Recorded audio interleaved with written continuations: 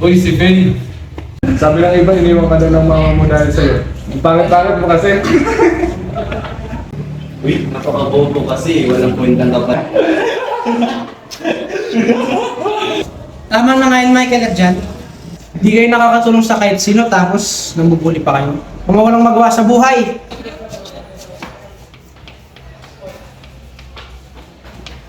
Kaya mo na yung mga young friend. Nambubuli talaga yun, mga walang magawa sa buhay. Ano ba naman tong grade nito? Napakababa. Nag-aaral ba talaga ito ng mabuti? Sayang lang binibigay kong pera sa kanya.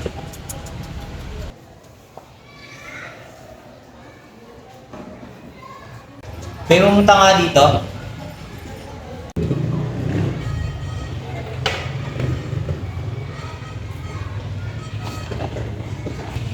Ano ba to? Bakit ganito mga grades mo? Hindi ba kaya sumabay sa kuya mo? Kaya nga pera binibigay ko pagpapaaral ko sa'yo. Ang bobo-bobo mo talaga. Pareho kayo ng mama mo. Sorry po pa, ayusin ko na lang po sa susunod. Ay dapat lang, Pay. Kung ganito ulit grade mo, hindi na kita pag-aaralan sa susunod. Sinsayang mo lang pera ko. Sorry po pa. Papa, tama na yan. Ginawa naman ni Pay yung best niya. Tsaka pa ba dito mo pa siya pinagsabihan na pwede naman sa bahay na lang? Nakakahiya. Bakit ba kasi ganyan kapatid mo? Napakabobo na, wala pang silbi. Pay, okay lang yan. Proud ako sa'yo. Pabayaan mo si Papa. Hirap ng math, no? Kaya nga, pati ako nahihirapan, no? Hirap ng formula tapos wala ka pang calculator. Walang nanay. Walang nanay. Tama na nga yan. Hindi nyo lang pinagdadaanan niya. Umalis na kayo dito. Thank you, guys.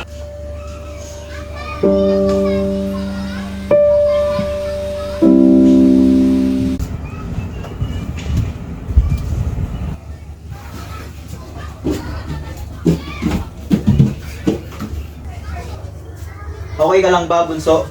Ba't ginagawa mo sa sarili mo yan? Ikaw na mismo yung nananakit sa sarili mo. Kausapin mo si Papa. Nang dahil sa kanya kaya ka nagkakaganyan. Ginawa ko na naman lahat ng best ko. Bakit hindi niya nakikita ni Papa yun? Ba't ganun siya sa akin? Kontraduhin at sabihin niya ako kung ano-ano. Parang hindi niya ako anak. Alam ko ba talaga? Bakit wala si Mama sa amin? Bakit kasi ganito ako? Bakit hindi ko kayang tapatan si Kuya? Sana suportan at mahalin din ako ni Papa. Katulad ng ginagawa niya kay Kuya. Pagod na ako. Siguro sasaya si Papa kung mawawala na ako. Faye? Faye? Faye? Faye? Nasaan ka? Faye? Faye, anong ginagawa mo? Ba't mo sinasaktan ang sarili mo? Huwag mo saktan ang sarili mo, Faye. Nandito lang ako para sa'yo. Hindi ka nag-iisa. Itigil mo na yan. Huwag mo na ulitin yan, Faye. Okay ka lang ba, Bunso? Ba't ginagawa mo sa sarili mo yan? Ikaw na mismo ang nananakit sa sarili mo. Kausapin mo si Papa. Kaya ka nagkakaganyan. Oo nga, Faye. Lakasan mo ang loob mo.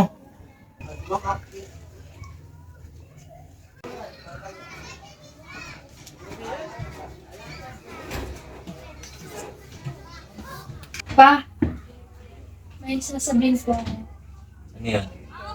Hindi kami na kailangan ng ganitong pressure. Hindi lahat ng success pare-pareho.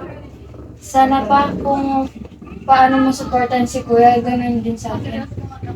Ang unfair ng treatment nyo, pagmamahal at supporta lang hiningi ko po sa inyo. Pasensya anak.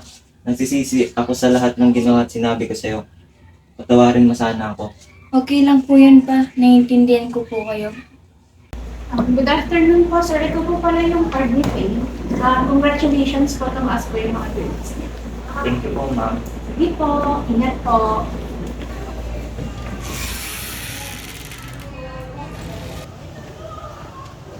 Hey, Carlo, pumunta ka kayo dito. Bakit? Ang tataas na ng mga grade nyo. Proud na proud ako sa inyo. Pinagbama lang kayo mga anak. Thank you po, Papa. Mag-celebrate tayo ngayon tayo sa labas.